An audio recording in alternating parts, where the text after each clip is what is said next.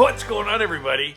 Now, it's Wednesday, but it's not just any Wednesday. It's the Wednesday before my live stream event in 2 days, right? In 2 days, Friday, May 17th, I'm going to be hosting a live stream, which I don't do very often. This is the third time that I've ever hosted anything like this. The first one where it's just really to kind of hang out and talk about stuff. Now, I've got several guests that are going to be joining us, and I've got something that I'm looking forward to sharing with everybody as part of it as well. I'm going to have a little game that we're going to play, see a little trivia about the Midlife Community Channel. So all of that should be fun. I really hope that you'll join on Friday. Again, it's Friday, May 17th at 9 p.m. Eastern, 6 p.m. Pacific. I really hope that you can make it. Now, as far as this week's questions go, I had some really great questions, some longer questions than normal. A lot of the times, well, not a lot of the times, some of the times the questions are very simple and straightforward, a sentence or two. And sometimes there's a little bit of buildup and explanation. And that's what this week tends to be more of. One of the questions this week is one of the most creative questions that I think I've ever been asked. And it's a longer question with a little bit of a situational aspect to it. I think you're going to like it. I certainly loved thinking about it since I read it and kind of starting to think about how I'm going to respond. Still not 100% sure how I'm going to respond to some of it. So I really think that you'll like this week's questions. And as always, if you have a question that you would like me to feature in an upcoming episode and give you my opinion, my take on, simply in the comments below, simply just type out the question. Now, this past week, I had more questions submitted than I have in a while. So there were, again, I tried to do 5 responses. So there were several questions that weren't asked. Again, if you're so inclined, if you're interested, if I didn't answer your question this week, please just type it again down below to be used in this upcoming week. That said, let's take a look at our first question here. I have a question. When I was collecting cards as a kid, my grandparents told me a story of a close friend who sold his golden era card collection and was able to purchase a travel trailer with the proceeds as a jumpstart to retirement. Since then, I've always viewed collecting with a bit of an investment mentality. Maybe one day I would be able to sell off my childhood collection for a substantial sum of money. I collected vintage as a kid, but the bulk of my collection was from the junk wax era. I wouldn't be getting rich, but I still loved the cards. To my question, when I got back into the hobby, it seemed like most modern collectors invest and most vintage collectors collect. Do you think there's a negative connotation with the word investment in the vintage hobby? If so, why? If I buy a vintage card that I love and it happens to hold value or even increase over time, to me, this is a win-win.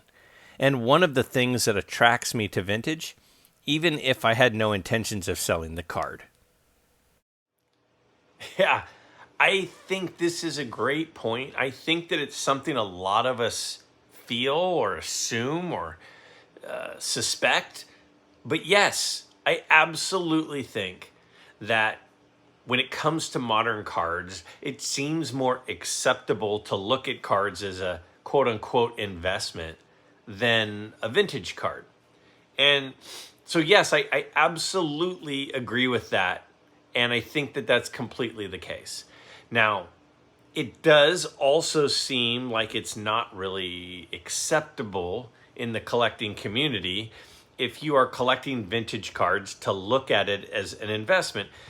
I mean, there have been other collectors and other channels. I've even heard people say and admit that they kind of look down on people when they sell cards. Cards are for, collecting and adding to your collection. They're not for selling. It's like sacrilegious to sell it. you wouldn't sell your child. How could you possibly sell a card? So the question, the main point of, I think, this question that I found most interesting is why? Why does it feel like it is not acceptable to consider a vintage card as an investment? You know, I think sometimes I try to use an analogy, or I try to use a metaphor or an example, and I wondered, is everybody out here going to think, is everybody out there that hears this going to think I'm completely insane for using this analogy? But here we go. The movie Toy Story, right? The Disney movie Toy Story. My nose is itching like crazy. Allergies are awful here. The movie Toy Story, right?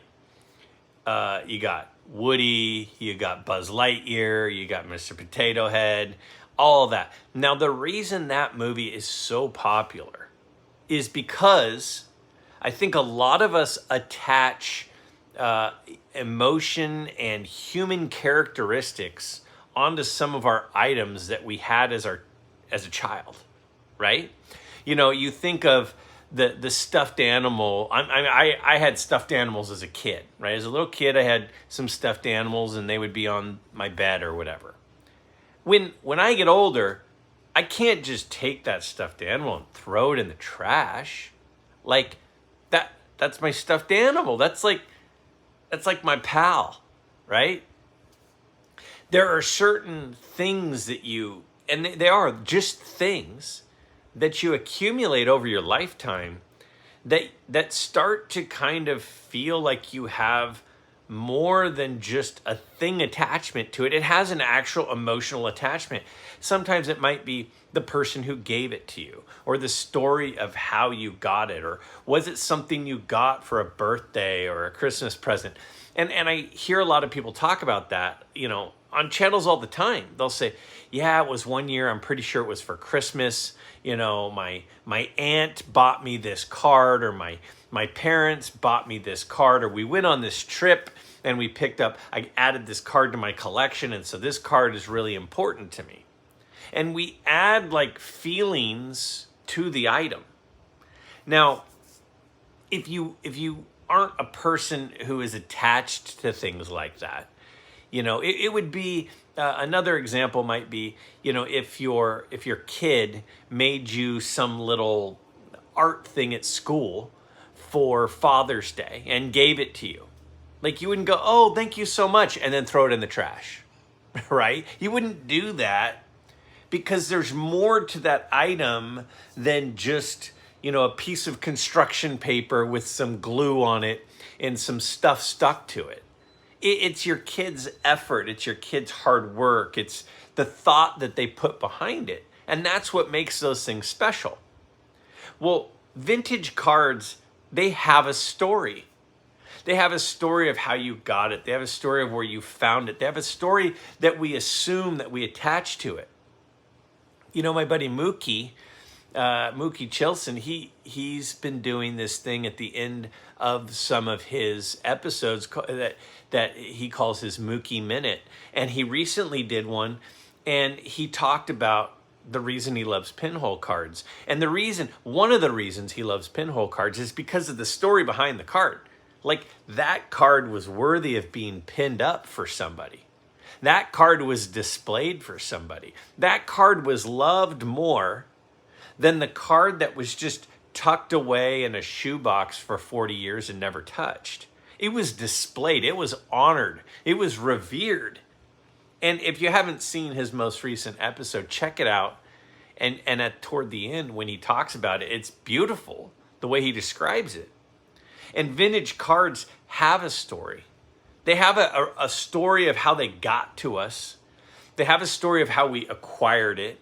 They have a story of, you know, how long we've had it, or that it brings us back to a time when we collected that type of stuff.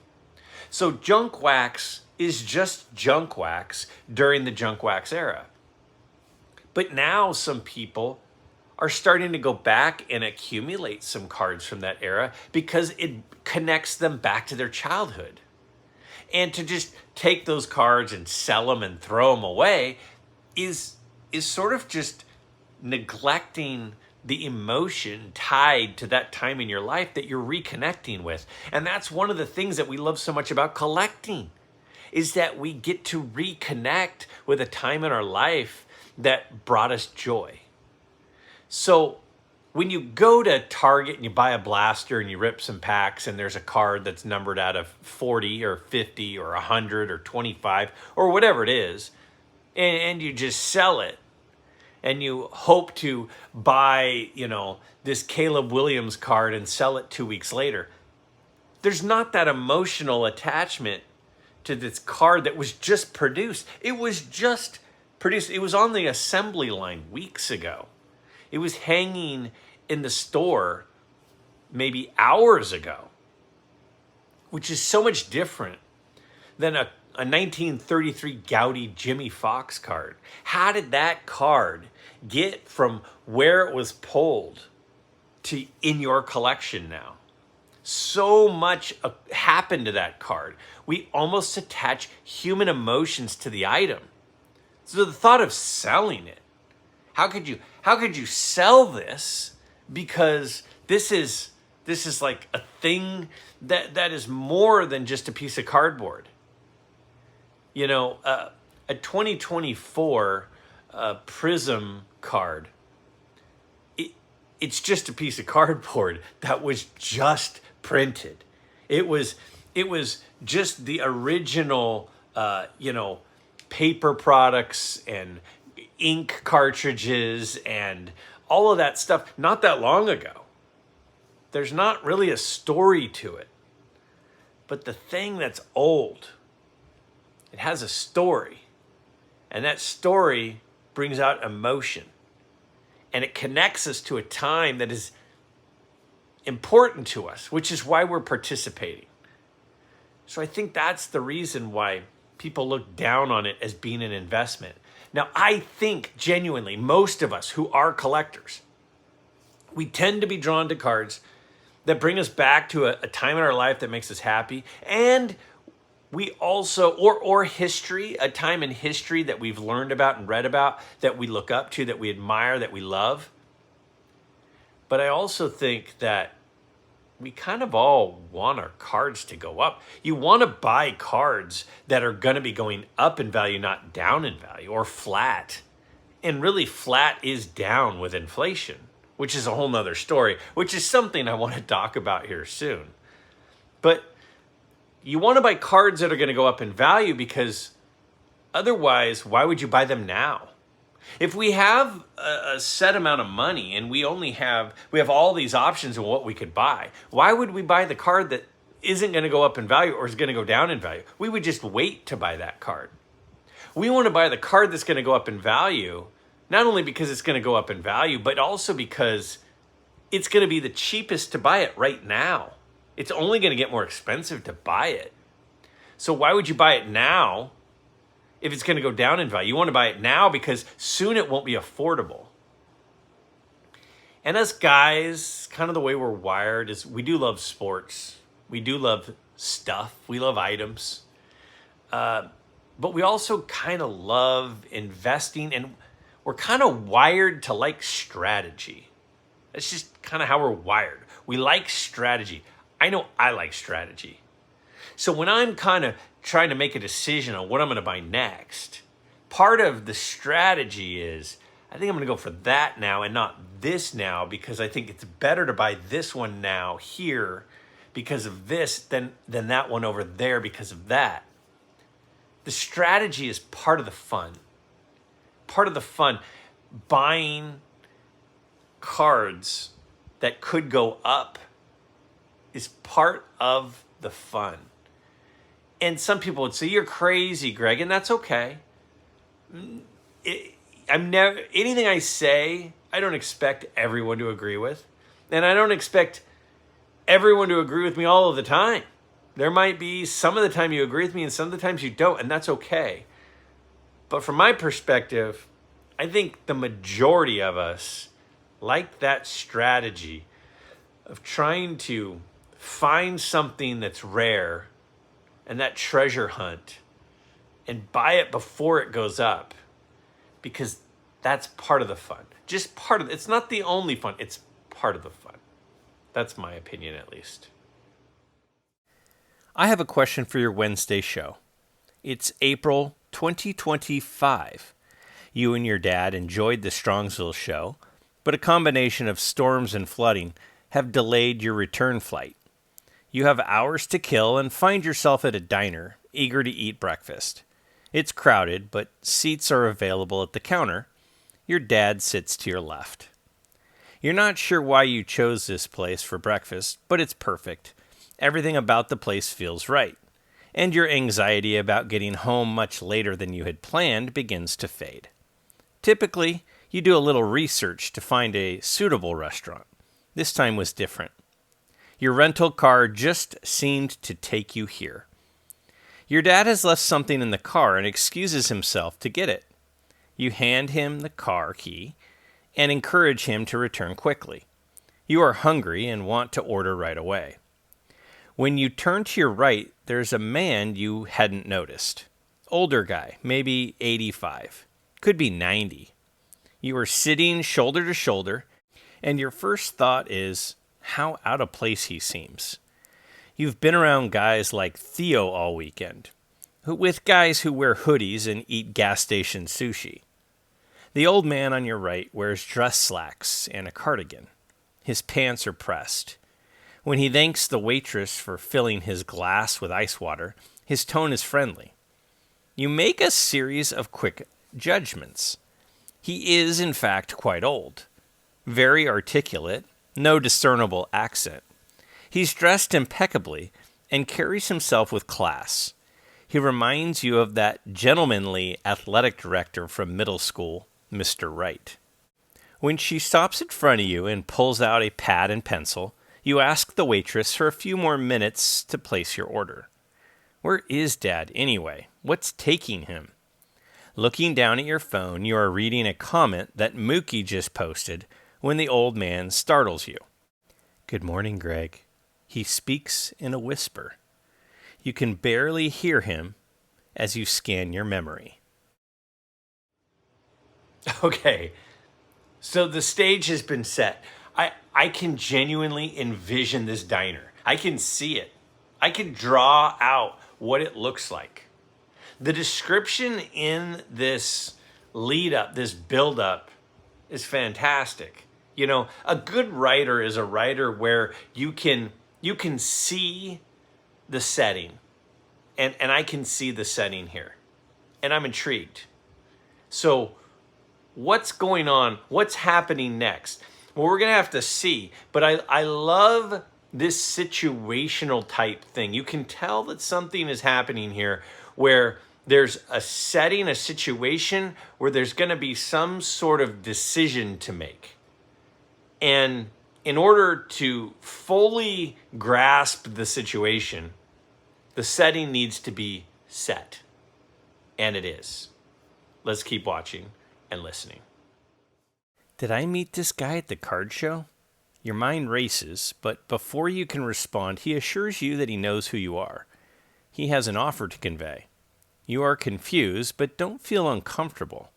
He's avuncular, dignified, and wise, equal parts Wilfred Brimley and Joe DiMaggio, the Mr. Coffee DiMaggio.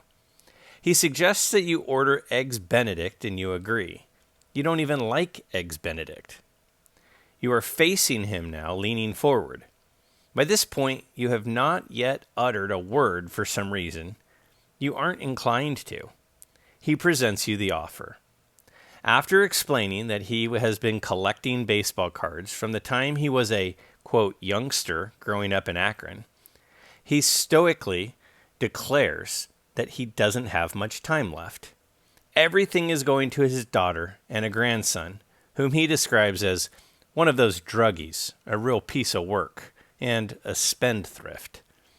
The old man, he never gives you his name, has set 4 cards aside. No one can know about this, not anytime soon. The offer is simple. You may choose one of the following 4 items. First, A 1915 Cracker Jack Roger Peckinpah, PSA 9. Second, a 1948 Bowman Yogi Berra, PSA 8. Third, a 1954 Topps Ernie Banks, PSA 7. Fourth, a 1976 Topps Walter Payton, PSA 9. Okay, so we now know a little bit more, right? There are 4 cards that it sounds like that this elderly man who's saying he doesn't have a lot of time left, and it seems like he wants to leave the card to me for a reason of it. It seems to me like this elderly man would rather leave it to someone who he thinks would really appreciate it. And it sounds like the people who he would have to leave them to wouldn't fully appreciate them. And he wants to leave one to me. Now, who he is, no clue.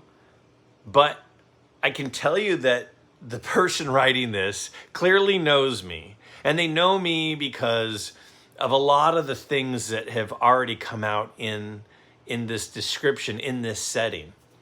And included are the 4 cards that are an option.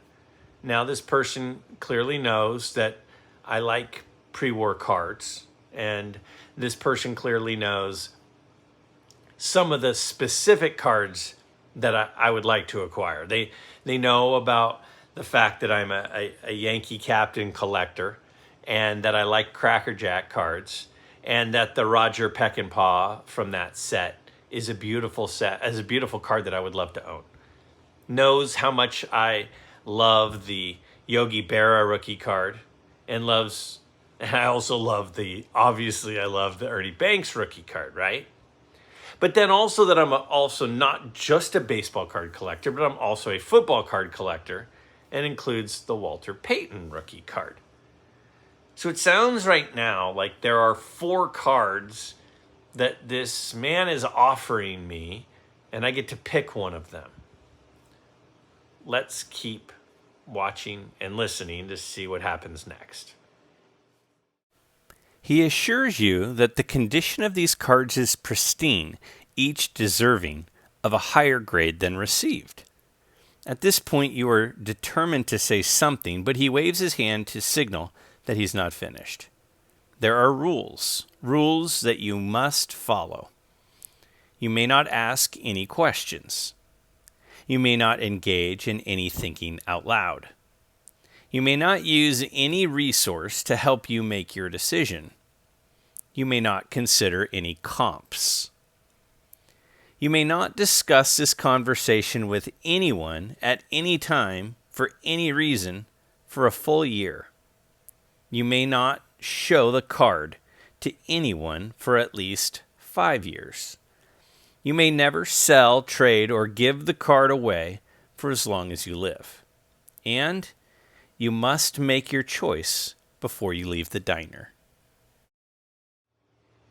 Okay, now these rules are tough. These are tough because I'm not really... In case you haven't noticed by now, I'm kind of not a short-winded person. I'm not a person who's filled with secrets.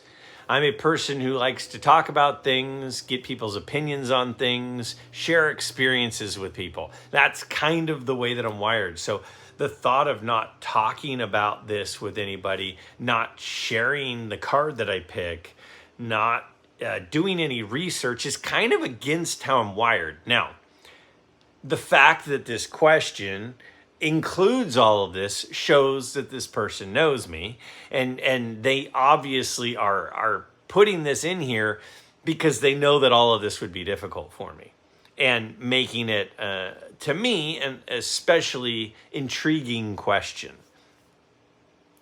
So let's see what happens next. He thanks you for listening and wishes you the best. Wiping the corner of his mouth with a napkin, he stands and drops a $20 bill on the counter. You rise to shake his hand, but he's distracted. He's remembered something.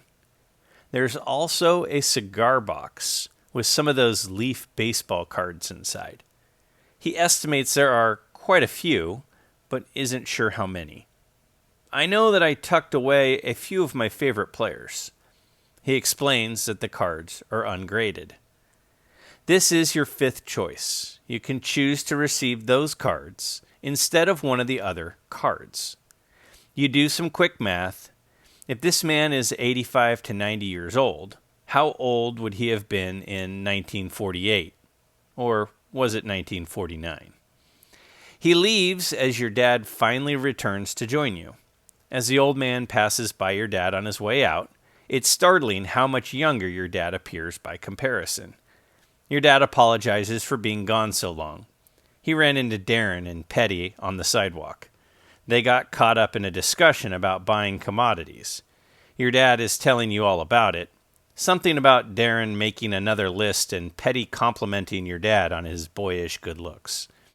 Your dad understands why you are already eating, but is surprised to see you are eating Eggs Benedict. You aren't listening. Your mind is sorting things out. As you finish your meal, the waitress says, "If you want to leave a note for your friend, I'll make sure he gets it." When she walks away, your dad asks what she meant.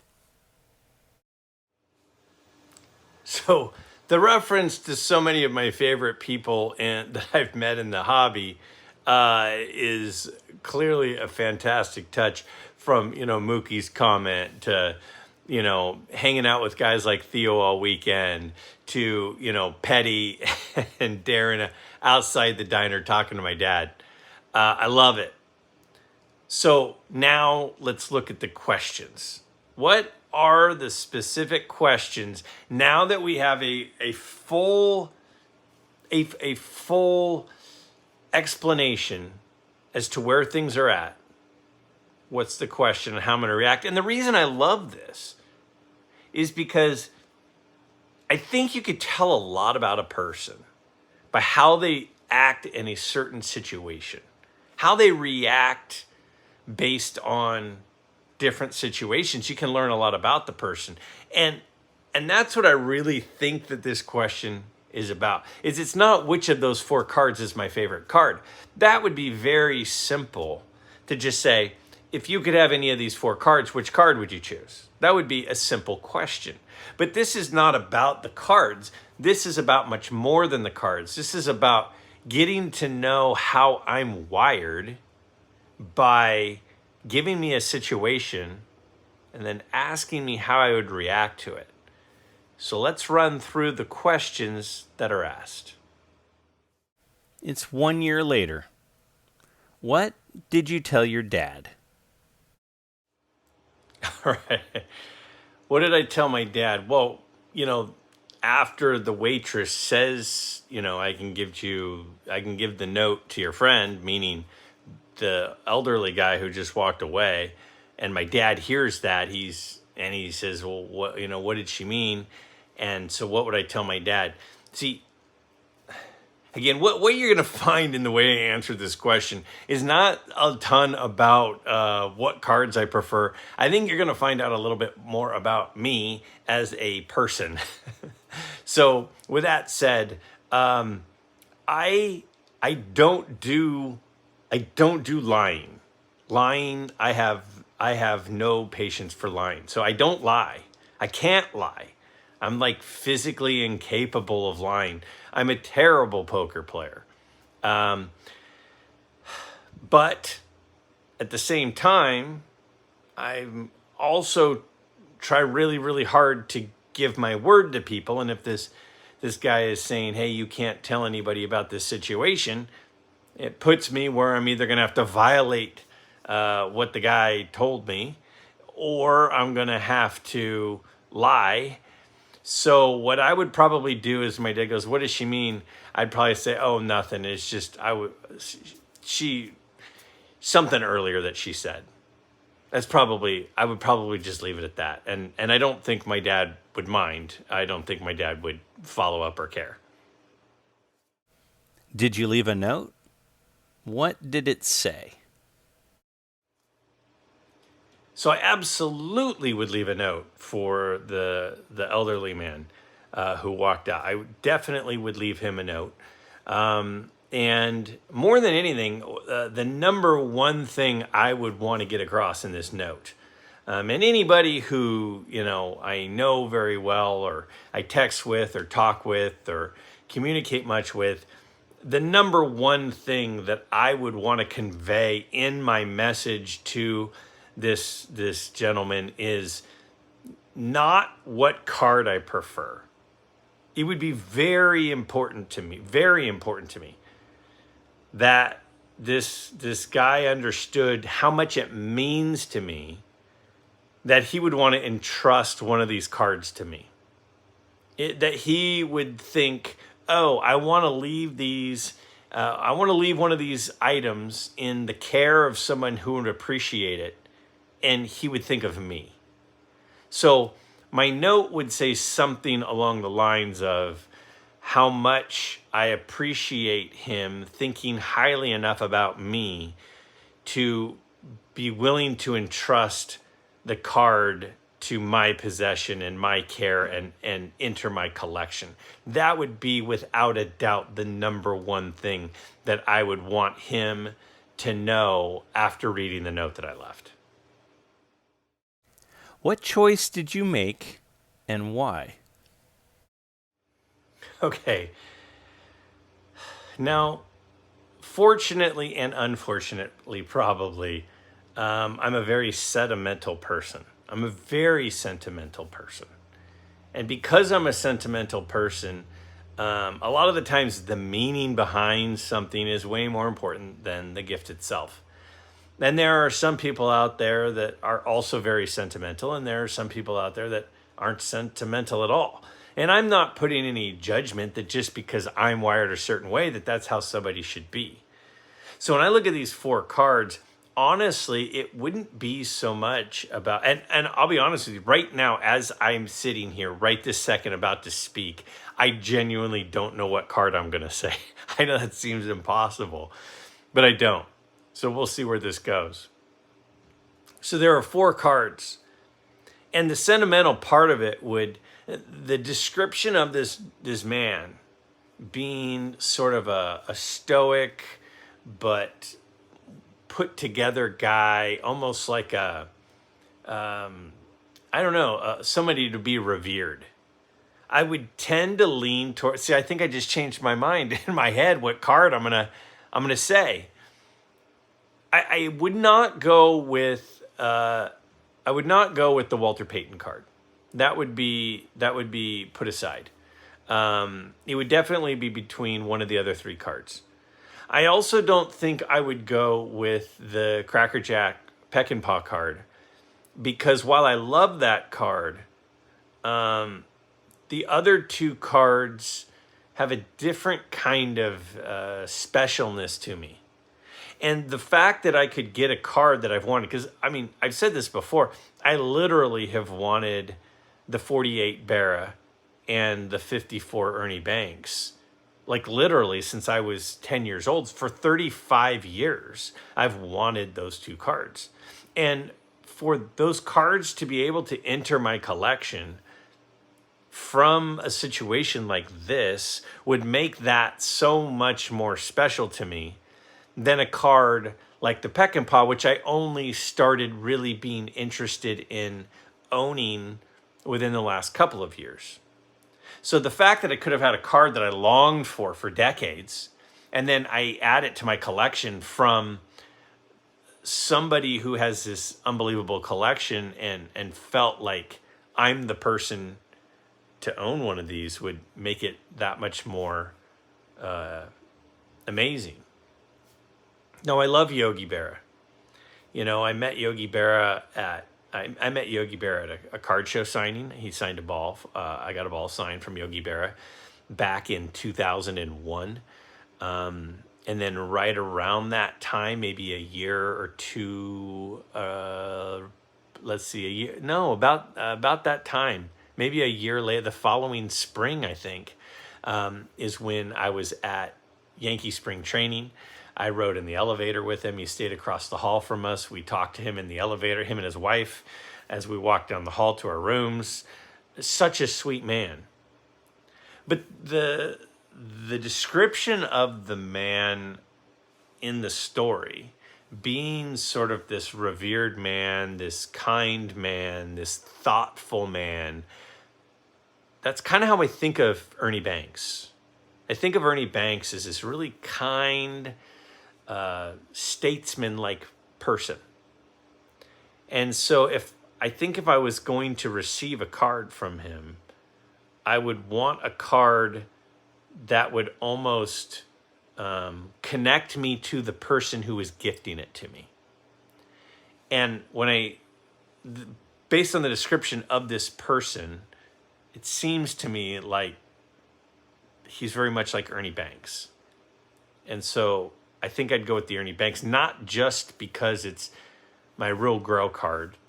And I know people don't like that term, but not just because it's that special card for me, but because the Ernie Banks, I think, kind of would be representative of this individual who's gifting me the card. So I'd go with the 54 Topps Ernie Banks. Were you able to follow the rules? Who will you tell? Now, this would probably be the hardest part for me. It'd be really, really difficult for me to obtain this card, to have had this encounter with this person, and to not share it with anyone. I talk to my wife about everything. We talk all the time about things that happen in our lives and people that we encounter, and all of these friends I've made in YouTube. She knows all their names. She met Darren, but she knows all about these people because I talked to her about them. I'm a very, very open book. And so it would be very difficult for this special event to happen and have to go a year without talking about it. But I think I would go a year without talking about it if that was the stipulation of the agreement. So yeah, I think I'd go a year and not tell anyone. Do you expect that they will believe you? That's an interesting question. I expect that after the year goes by, when I am, when the gag order is up and I'm allowed to talk about it, I think the people who really know me would believe me, because there are a lot of things that I am, and there are a lot of things that I'm not. But one thing that I think that the people who know me best know about me is that I'm genuine. If there's anything that I'm not, I would hope people would say, he's not fake. Who he is who he is. And he's not going to be a person who's going to tell me something that isn't legit. So would everybody I told this story to believe me? No, absolutely not. But would all the people who know me most and best and that I'm closest with believe me? 100% they would believe me, because they know that I'm trustworthy and they know that when I say something, I mean it. Great video, Greg. Love Q&A Day. Here's a question for you. How do you feel about sellers at shows not showing prices on their cards? Of course, you will ask to see the card, flip it over, and still see no price. You ask, "What are you asking for this?" They respond with, "Make me an offer." I always feel uncomfortable at that point and usually say, "Well, I don't want to offend you." They say, "Give me a number." I feel like these people are waiting for someone to offer way more because they are hoping the buyer may be a little uneducated. But maybe I'm wrong. Another question says, "Greg, what are your thoughts on dealers not having prices on their cards?" I wish that all were made to list their prices. I hate waiting and waiting for the dealer to get done talking just to ask them about one card. What are your thoughts on this? This is a great question. It happens more often than I wish that it would. I don't really get it. Honestly, what I think it is, I don't think it's that dealers are necessarily trying to be deceitful and trying to get me to offer more than they would have put on the card. I think more than anything, it's just laziness. You know, I did that card show a couple weeks ago with my dad, and I priced a lot of cards, 500 cards probably I priced. Now, some of them were $1 cards and some of them were $500 cards. It took a long time to price them all. And if you're a dealer who's doing show after show after show, to reprice cards as prices are fluctuating is kind of a pain. So I think more than anything, the reason that dealers don't do it is because they're just being lazy, if I'm being honest. Now, what does that mean, though? I personally don't really like dealing with that. I don't like asking and then they go, oh, well, let me look it up. And then they look the card up like that. I'm not really that interested in that. So 9 times out of 10, if I go to a table and there's no price on a card, I just generally keep moving. Now, there are going to be times that there's a card that I really want. There's a card that I think is really nice. It doesn't have a price on it. And I'm going to inquire and we'll see how it goes. But generally speaking, I just am not interested. Just like I'm not interested in making an offer for a car parked on the street that doesn't have a for sale sign in it. I mean, is it really for sale if you don't have an asking price? I've mentioned before, one of the channels I really enjoy is Card Collector 2. And Card Collector 2 is almost exclusively deals with modern cards.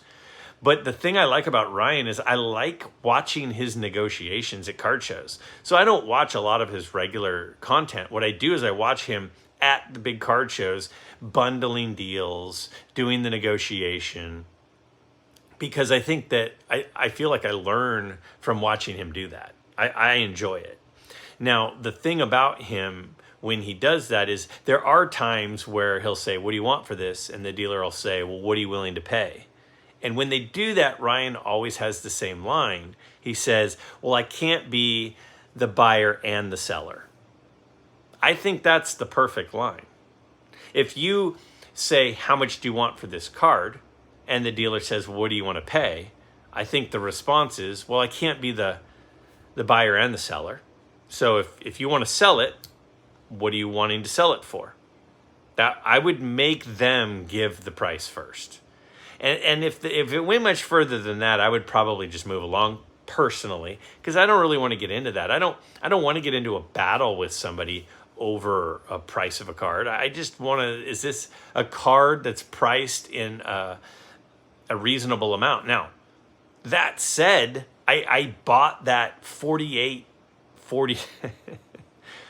I bought the Leaf Warren Spawn at the Strongsville show. Didn't have a price on it. But that card, I wasn't going to let get away. So even though it didn't have a price on it, even though when I looked at it front and back, it didn't have a price, I said, what do you want for this?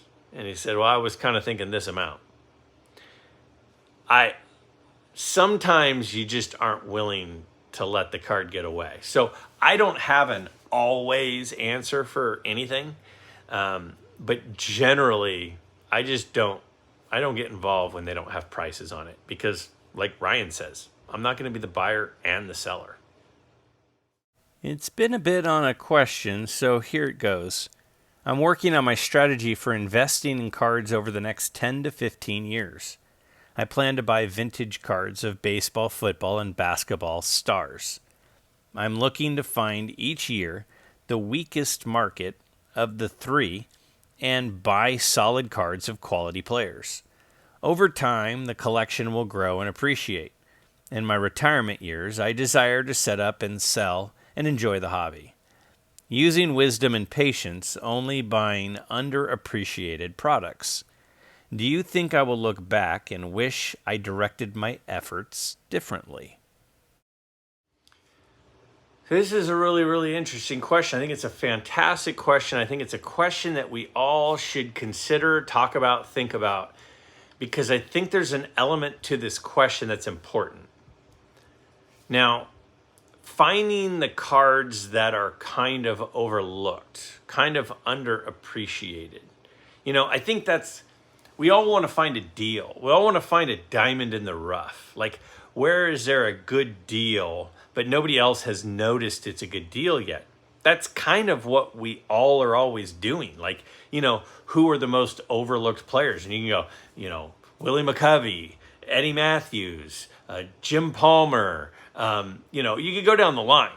Johnny Bench, Yogi Berra. There's all these guys that it feels like, why aren't their cards more expensive? And I say it all the time about football cards.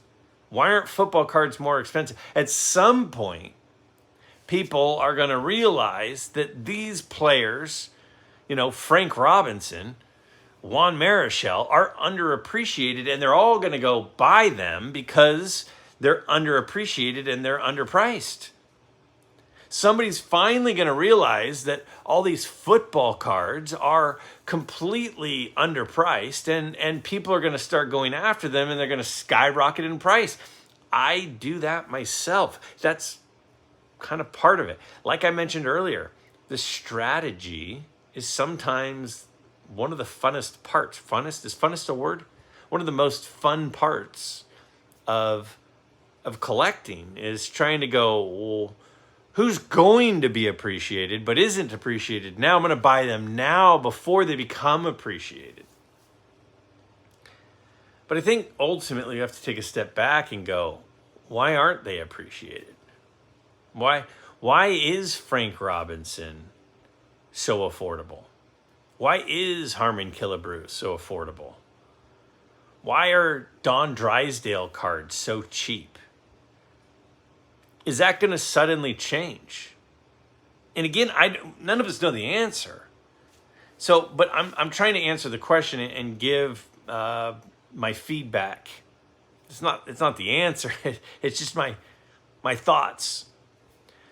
So do I think you'll regret it? Not necessarily. What you're probably going to end up with by going after key players from underappreciated years, sets, teams, whatever it is you're going to end up with some really cool cards of some really good players.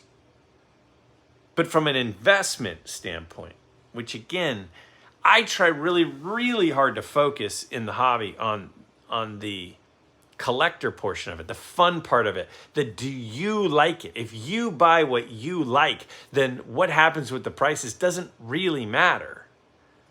But when we're buying things that we think will go up, that's a little bit tougher because now it's all about the value and not about whether we like it. So you're going to go buy a bunch of Elgin Baylor cards because Elgin Baylor cards are cheap. But you're not going to buy Wilt Chamberlain cards because Wilt Chamberlain cards are expensive. Well, will Elgin Baylor cards ever be expensive, or are they cheap for a reason? They're probably cheap for a reason. Al Adels was a great player. I'm going into basketball, but there are a lot of great players that just don't get hobby love. And will they suddenly? I don't know. I think you can make the case that it won't. They won't. So if you're talking about investment, I don't know if I would personally focus on the guys that are already overlooked. I would probably focus more on really well-centered, really nice eye appeal cards of some of the biggest names, the ones that are already expensive, because I think that the lasting value and the lasting demand of those guys, and if there's high eye appeal and well-centered cards, there's not a ton of a supply of that. I think those are probably the cards that will do the best in the long term. Now, time out. This is not an investing channel. This is a hobby channel. This is a buy what you like channel. So that would be my recommendation, is buy what you like. If you're looking for investment, nobody knows, right? If we all knew, then it wouldn't even really be that much fun. But because we don't know, it's kind of fun. But my take is it possible that the underappreciated guys will be underappreciated in 40 years? Absolutely, that's possible. And that's why if you buy what you like, it doesn't really matter if they continue to be underappreciated or not. I recently came across some information on a player from the 1930s to 40s who had a very decent career. Multiple-time All-Star, World Series game-winning pitcher, on the roster for both the 35 and 45 World Series champions. So I searched some cards for this player and found some really nice ones. The cards weren't too expensive, yet not exactly cheap either, $100 plus. I caught myself hesitating for the reason he's not a Hall of Famer. Do you ever find yourself doing the same? I've always gone by the collect what I like mindset, yet I caught myself thinking about players' Hall of Fame status. I think this question has a lot of overlap with the previous question, and I thought about combining them, but I decided not to, because I think there are a few points to this particular situation that are different than the other one, so I kind of wanted to keep them separate.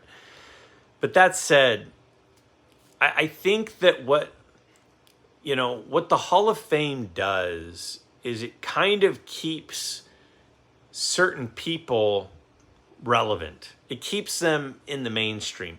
I had a lot of people over the last week or two say, what's the deal with this baseball card Hall of Fame that Ray from Philly's doing?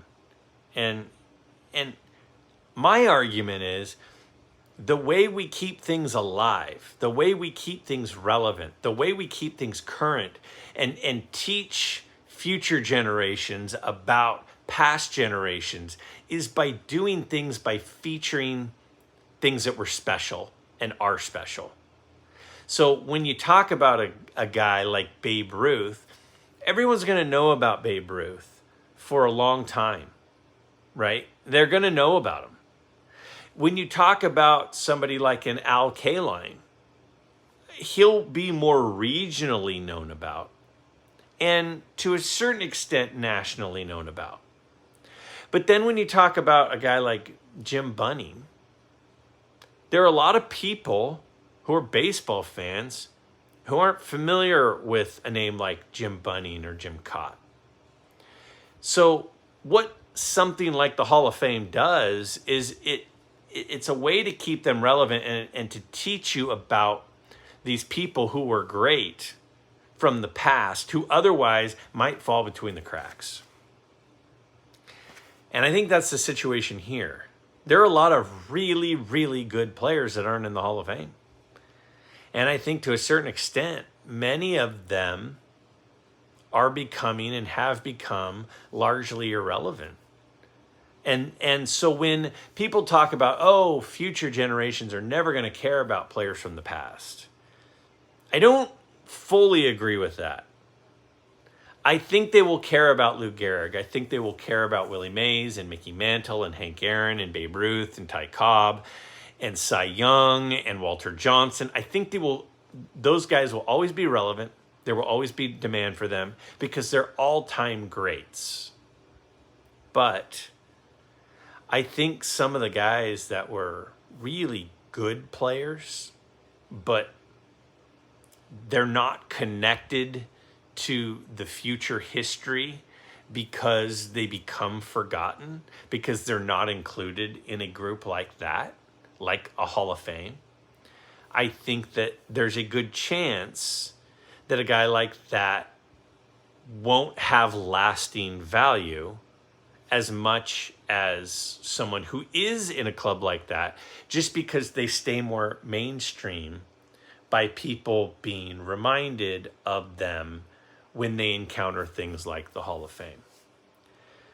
So should you have bought the card? Well, the question comes down to, do you like the card? if you would get enjoyment from the card, then I think there's nothing wrong with buying the card.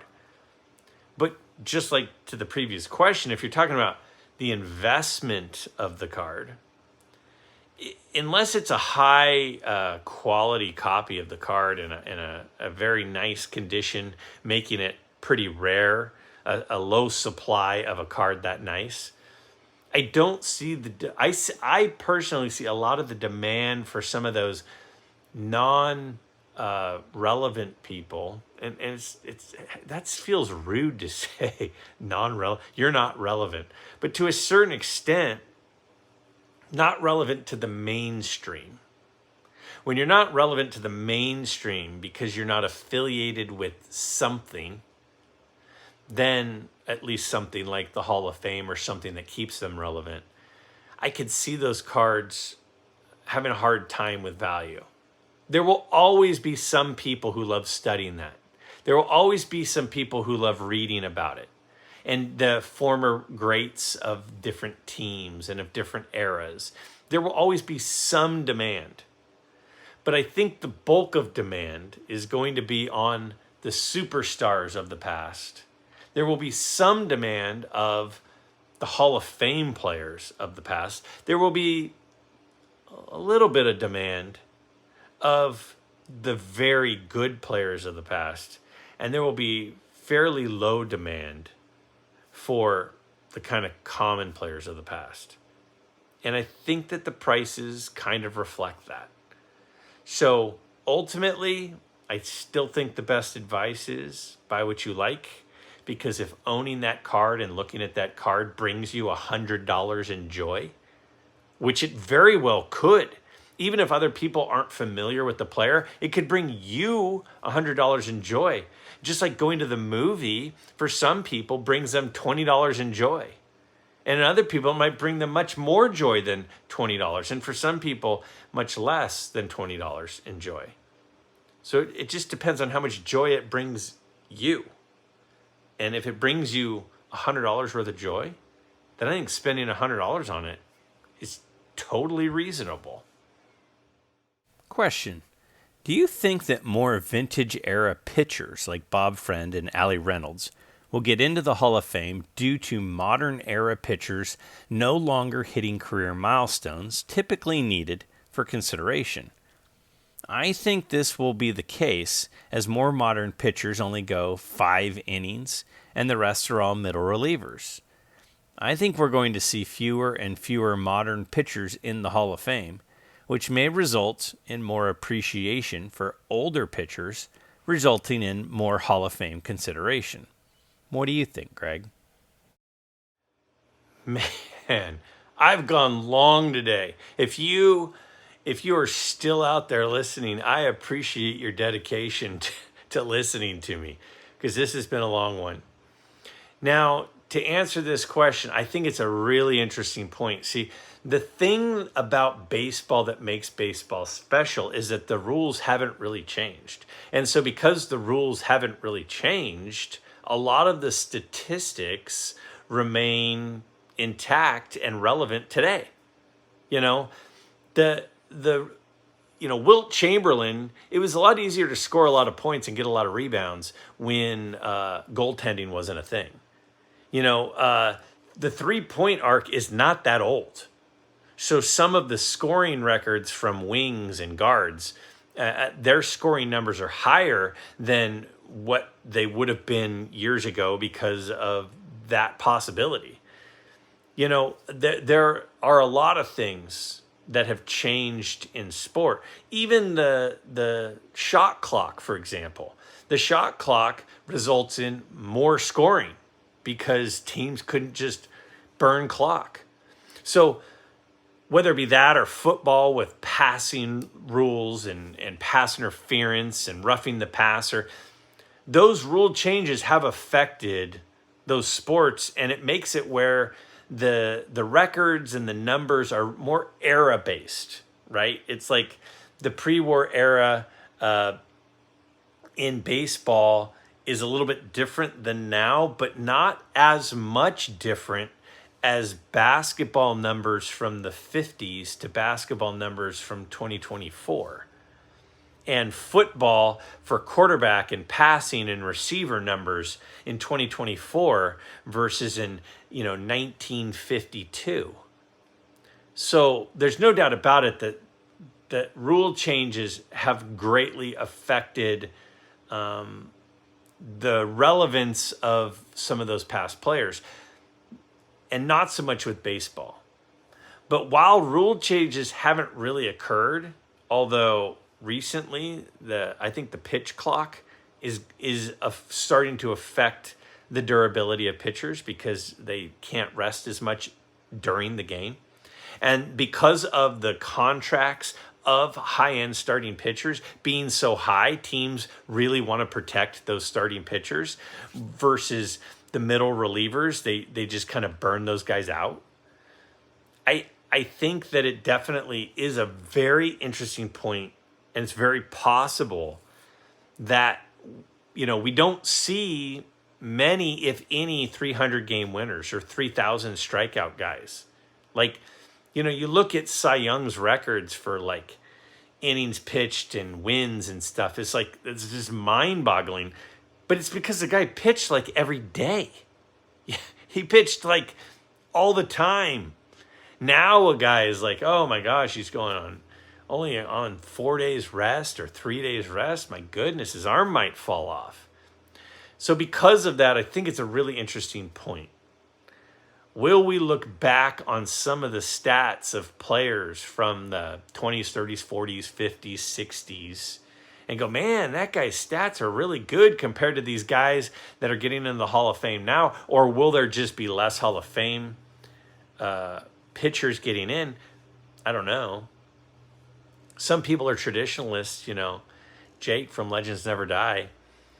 He talks all the time about he's sort of a numbers guy with Hall of Fame. Like, you need 3,000 hits, you need 500 home runs, you need 300 wins, you need 3,000 strikeouts. He's kind of a believer in that, and I get that because it shows consistency and longevity in one by having those numbers. But if guys are being more protected now, I think it's an interesting thought. My thought, I don't know. I don't have I don't think yes. I don't think no. I think maybe. I think maybe more of these pitchers will get in than from the past, or less pitchers in the future.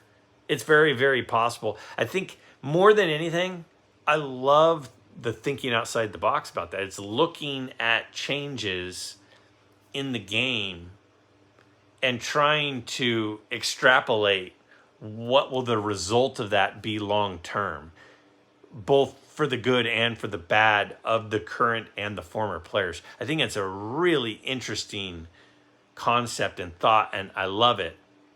But whether some of those really good pitchers from the past get into the Hall, I don't know.